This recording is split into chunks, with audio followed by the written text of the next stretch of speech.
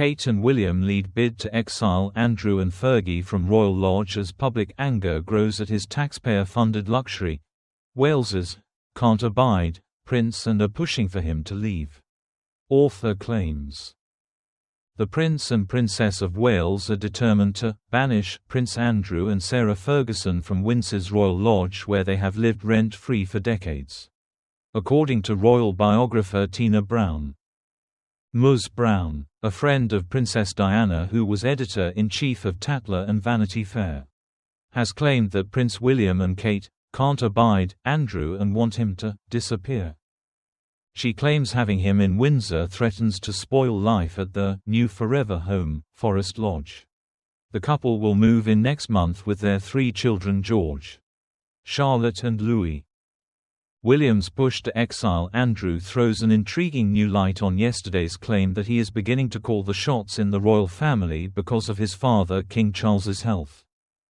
Writing on her Fresh Health Substack, Ms. Brown, the highly respected author of the Palace Papers, said, "Unless Andrew can be persuaded to banish himself to a cottage on the Balmoral estate or a cushy villa on a Dubai golf course, his jowly visage will keep seeping back into the national consciousness."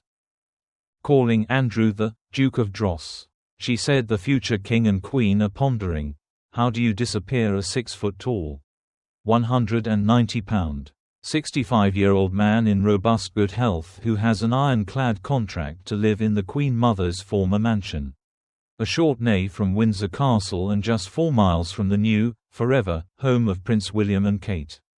Who can't abide him?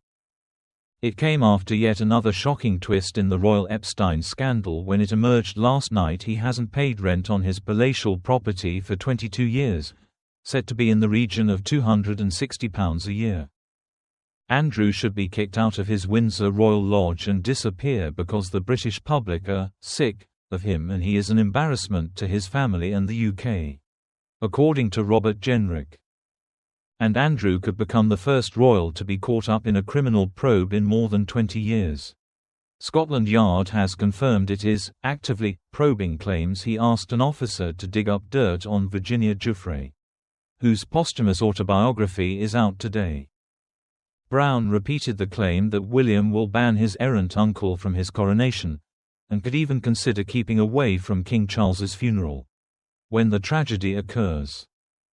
She wrote, "The thornier question, perhaps approaching faster than anyone is indelicate enough to discuss, is whether, in the fullness of time, Andrew will be allowed to attend his brother, the King's, funeral."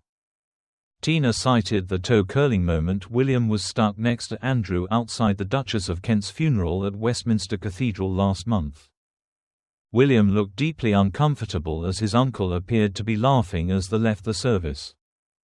She said, "The untenable hazard of banning him from public events, but allowing him to still show up at family occasions was writ large at the September funeral of the Duchess of Kent, the late Queen's cousin." As the mourning royal party paused respectfully in the door of Westminster Cathedral when the Duchess's funeral cortege passed, Andrew loomed like a great white shark at the shoulder of a stone-faced Prince William. It was impossible for William, staring implacably in the other direction, to get his uncle's baleful mug out of the shot. No chance of that happening again. Shadow Justice Secretary Robert Jenrick has said it is disgusting that taxpayers are subsiding him to live in a 30-room mansion with his ex-wife Sarah Ferguson when he should be paying £200 a year. "I don't see why the taxpayer frankly should continue to foot the bill. The public are sick of Prince Andrew," he said. It came after yet another shocking twist in the royal Epstein scandal when it emerged last night he hasn't paid rent on his palatial property for 22 years. And Andrew could become the first royal to be caught up in a criminal probe in more than 20 years. Scotland Yard has confirmed it is actively probing claims he asked an officer to dig up dirt on Virginia Giuffre, whose posthumous autobiography is out today. Mr. Jenrick said, "I don't think the taxpayer should in any way be footing the bill for him to live in luxury homes ever again. He shouldn't have any taxpayer subsidies going forward. It's about time Prince Andrew took himself off to live in private and make his own way in life. He has disgraced himself. He has embarrassed the royal family time and again.